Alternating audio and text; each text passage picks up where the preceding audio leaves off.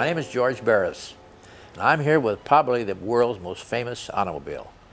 Without a doubt, still number one after many, many decades, the famous television 1966 Batmobile. I'm proud to say that I was the designer and original builder of this automobile for a great television show with Dozier at 20th Century Fox called Batman. Adam West, Burt Ward, and many, many great stars. I have a lot of stories to tell you about this famous car.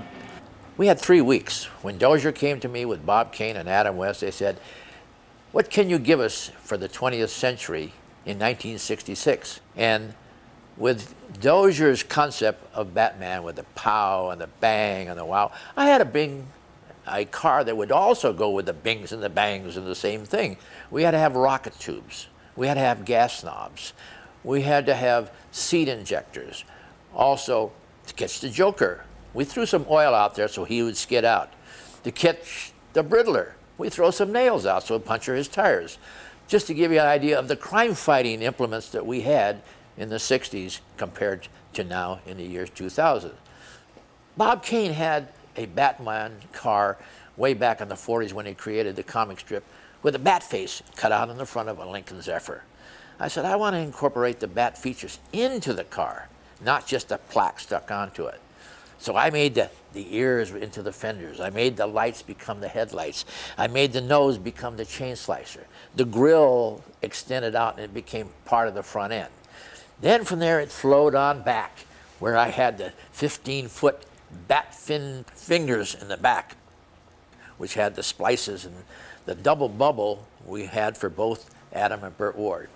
I locked the doors shut and I made Burt and Adam both jump over the doors and into the fenders so that they get inside the car, just to give you an idea of something, again, different. Made them very athletic. That means they were really the crime fighters.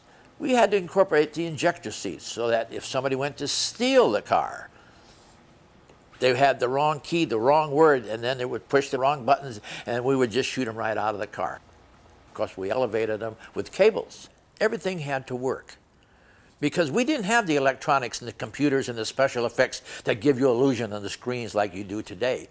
We had to make them actually operate, that when you seen the smoke, it was smoke. You seen the burner coming out of the back? Well, we didn't have the big force, great flames. We used kerosene, an igniter, and a fan to blow out the exhaust flames. I was in a show in a town called Fargo, North Dakota, and we were doing a press media shot. And I'm driving down the street with the press people, and all of a sudden, wow, wow, wow, and I pull over, and this guy gets out. He says, "You have no windshield wipers on that car, and your taillights are not right." He says, "I'm going to impound that car." And I said, wait a minute, officer. We're just doing a test or a press shot for the TV, and I don't care what you're trying to say. He called a tow truck in, towed in the car, hauled me into the police station, and arrested me. We go before the judge, and the judge looks, and he looks at his officer, and he says, "Wilbur, do you realize what you did?" And Wilbur said, "What do you mean?" He said, "You impounded the famous Batmobile, and you threw Mr. Barris in jail." He said, "I'm going to demote you to a dog catcher." In reminiscing about the movie was kind of a lot of fun, because we had more time to make adaptions.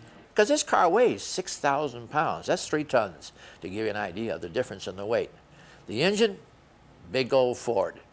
Well, and in fact, the car started out as an experimental Lincoln Futura. That's the first thing everybody asked me.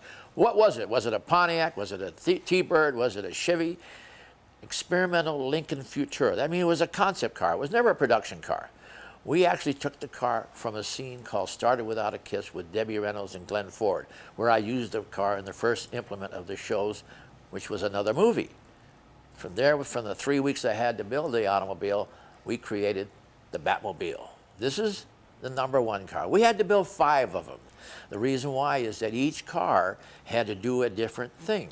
The stunt car was number 5 car. It did all the chases and the jumps and all that. The number 4 car was the race car.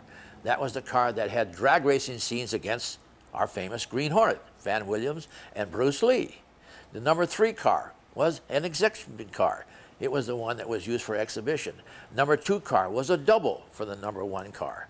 But the car had to start somewhere before it really went into the full-size car. And actually, we have the model.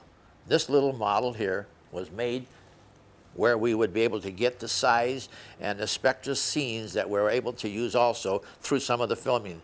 And it was in scale, actually a third size. Here we are, 35 years or more later, and still in more demand than any of the other famous movie and TV cars.